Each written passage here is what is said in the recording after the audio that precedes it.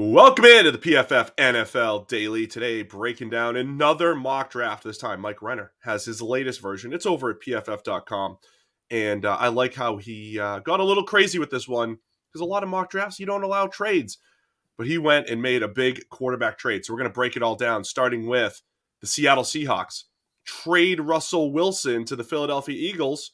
Eagles have those 3 first-round picks. Seahawks don't have a lot of draft picks, so Renner decided to match them up, and the Seahawks go get Ole Miss quarterback Matt Corral, and the Eagles get perhaps their quarterback of the near future here in Russell Wilson. Yeah, Jalen Hurts goes back to being a backup, presumably, unless he's part of that trade deal, which wouldn't make much sense if they're then drafting a quarterback as well. It's interesting. I don't think it's beyond the realms of possibility that Russell Wilson gets dealt this offseason. I think the Eagles would make a lot of sense for any quarterback that is getting dealt just because of the sheer volume of trade picks, trade collateral they have to offer. So an Aaron Rodgers or a Russell Wilson does actually make a lot of sense for Philadelphia.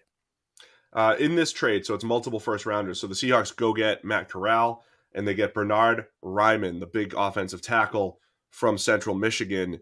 And so strategically, if you're the Seahawks, do you embrace this? You know, again, we've said many times on the podcast, maybe it's not the time with Pete Carroll getting older and all that stuff, but would you go with a rookie contract quarterback like Matt Corral, get a tackle, which you really, really need, and just start fresh in Seattle? It's kind of intriguing. Yeah, I mean, I think you've definitely reached the point where the organization as a whole could come to the conclusion that, you know what, it's not working the way we need it to, the way things are currently set up. And with Russell Wilson getting to his age, with the current state of the Seahawks roster, I think you can construct a very fair argument that says the best thing the Seahawks can do at this point is blow it up and start over and go in a different direction. The only concern there would be, do the people in the building have the stomach to make that move, right? Pete Carroll, it's not exactly a spring chicken. No. Everybody else attached to the organization, like they're not, I don't think they're looking at this and saying we want a total rebuild from the ground up, which is what needs to happen if Russell Wilson is no longer there. They are, trying to fix this thing around Russell Wilson and, sorting a coaching staff that makes sense and all these kinds of things. I don't know if they're making that aggressive a move. So there's another quarterback who goes ahead of Matt Corral, but first let's start back at the top of the draft. Jacksonville Jaguars in Renner's mock, taking Aiden Hutchinson, the edge out of Michigan. So it seems like a lot of people are trending to Evan Neal or, whoever your favorite offensive tackle is. I think I'm sticking by this one, unless Hutchinson is really a disaster in workouts, and not because that changes who he is as a football player, but it does affect projections, right? There is a history of guys who work out well at edge combined with the great production, just playing really well. So as long as he doesn't really struggle in the workouts, I think Hutchinson's the best play for the Jaguars at 1. I don't know if I'd go with any of those tackles at the top. So Renner's going to stick with Hutchinson. That pushes Kyle Hamilton at number 2 to the Lions. I feel like that's iffy for a safety, but I don't know. But the first quarterback that comes off the board, the Giants are the one other interesting thing. At 5 and 7, they don't take an offensive lineman, Sam. If they came away with Kayvon Thibodeau and Sauce Gardner, the cornerback out of Cincinnati, 2 defensive players, are you disappointed as a Giants fan that there's no offensive line, addressed there? I think I don't hate taking Thibodeau at 5, just in terms of value. I think if he slides as far as that, I'm fine with the Giants jumping on that as a value play and saying he's the best player on the board. Let's make it happen. Particularly in this scenario where 2 different offensive linemen have already come off the board at that point. And the third one goes at number 6, right? So the top 3 tackles essentially are gone by the time the Giants do pick at 7. If that's the way it went, I'd really like to see them trade down and try and pick something else up. And maybe you can trade, somewhere into the 10 range, the 12, something like that, and grab a different offensive lineman, right? Grab somebody like the center out of Iowa who just has, he's a center, but he has Quentin Nelson-esque, safe projection type of deal, safe right? projection and universal praise, right? Everybody loves this guy. So I think you could take him at 7, but if you don't want to do that, if you think it's too rich, maybe you can trade down to 10 to 12 to somewhere in that range, give a team who's chasing a quarterback a chance to jump up and grab the number 1 guy, and you grab yourself an elite player to really, an elite player like Linderbaum to really solidify that offensive line.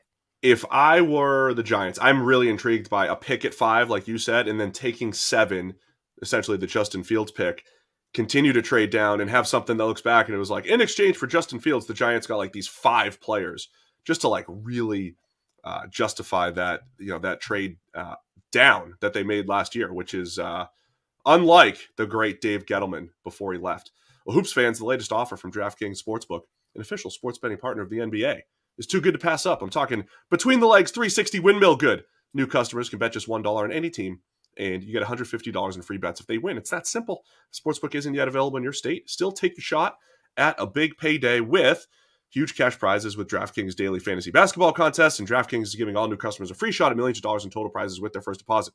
So download the DraftKings Sportsbook app now. Use promo code PFF. Bet just $1 on any NBA team and get $150 in free bets if they win. It's promo code PFF at DraftKings Sportsbook, an official sports betting partner of the NBA. 21 or older, that's what you need to be. Minimum age and location requirements vary by jurisdiction. See DraftKings.com/sportsbook for full list of requirements and state-specific responsible gaming resources. Gambling problem? Call 1-800-GAMBLER.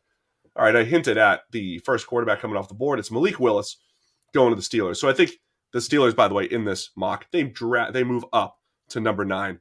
There's 2 picks that are going to be in like 90% of everybody's mock drafts. It's Malik Willis going to the Steelers, and it's Jordan Davis, the monster 340-pound nose tackle, going to the Los Angeles Chargers. I see that in every single mock, but let's start with Willis. The Steelers aren't really shy about their love for certain players, and it seems like they love Willis. Yeah, and I think it's interesting that he's the first quarterback off the board. He's the one guy with the insane upside, right? This world now of incredible toolsy quarterbacks, guys with a huge arm, guys with athleticism, players that you can see taking over a game, even if it's only for a run, even if it's only for a Matthew Stafford 4-game postseason run that takes you to a Super Bowl. The point is being able to do that. And you look at some of these guys that are good quarterbacks that are, capable starters, but are they going to do that at any point ever? Probably not. You're not going to see a game where it's the Josh Allen versus Patrick Mahomes game from those players. But Malik Willis is someone you can imagine it happening. He's got an insane arm. Like his highlight reel is better than any of these other guys by a distance. Some of the throws on his tape are absolutely mind-blowing. He's got crazy athleticism. There's some work to do, but that appears to be less of a problem in today's NFL than it might have been, 10, 20 years ago. I think teams are more inclined to take that jump and see what they can do with a guy like that. So some people have quarterbacks really dropping and all that stuff. He's got, Renner has Willis at 9, Kenny Pickett going to the Washington Commanders at 11. We mentioned Matt Corral. That's at 15 that he goes to the Seahawks and trade up. I just lost the page, but I know Desmond Ridder is going to go to the Saints at 18. So there's a whole bunch of quarterbacks going. I think where this is going to become interesting with all these guys that maybe don't stand out, by the way, Sam Howell going at 32 to the Lions, after free agency, when Teddy Bridgewater and Jameis Winston and a lot of these fringe starter type of players get signed, are we going to see those quarterbacks drop? Are we going to see a game of chicken from other teams that still need a quarterback, right? Or the Steelers going to just grab somebody in free agency, or the Saints or the Commanders, right? They're all going to grab somebody in free agency and then say, it's Teddy Bridgewater against Sam Howell and Kenny Pickett and Desmond Ridder. And I'm happy enough with Teddy Bridgewater. If they're there in the second, maybe I'll take a shot. I have a feeling we could see that. A bunch of teams try to fill their QB need early in the offseason, and maybe a lot of these QBs end up falling to the second round and they just become flyers. Maybe. I still think ultimately it pans out a little bit like Renner has in the mock. I think you're going to see most of these guys go in the first round. I think because they're not the superstar prospects of some drafts, that the overall position is going to slip a little bit, but you're going to see guys go in the top 10. I don't think we're going to get a situation where the first QB is off the board. It's not like 2013, right? That's the draft class people keep comparing it to, the EJ Manuel and Geno Smith draft, where it's like there is no quarterback in this draft. EJ Manuel went in the first round by virtue of basically being the only guy at the Senior Bowl that didn't look like a total and utter disaster. And he went at 16 or whatever it was to Buffalo. I don't think this is that bad.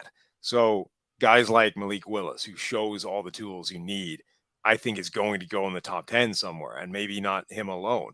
But because it's not that great a draft class and because there are options out there, I think you're going to see some of these guys drop. And that's why a guy like Sam Howell could easily go number 32 to that the Detroit pick. And yeah, maybe one or two of them sneak into the second round, but I think most of them probably still go in the first. Yeah, and if I'm the Lions, I feel pretty good about taking a shot at whichever quarterback might be available there at 32. Well, go check out the entire mock. It's at pff.com. The great Mike Renner has put it all together, and he's got the big trade with Russell Wilson going to the Eagles. Let us know, is this the worst mock draft ever? It's the PFF